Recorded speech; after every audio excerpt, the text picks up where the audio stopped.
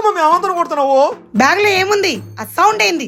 ఏం లేదు mummy, laptop charger ఒకటే చూడు. మరి ఆ సౌండ్ ఎందుకు వచ్చింది?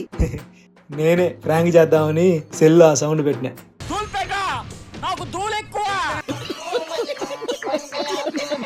అయినా డౌట్ వస్తే అడగచ్చు కదా, ఎందుకు అవంతరం కొడుతున్నావే? డౌట్ వస్తేనే ఇంతలా కొట్టానంటే అదే నిజమైతే నేనేం చేస్తానో నీ ఊహకే వదిలేస్తున్నా.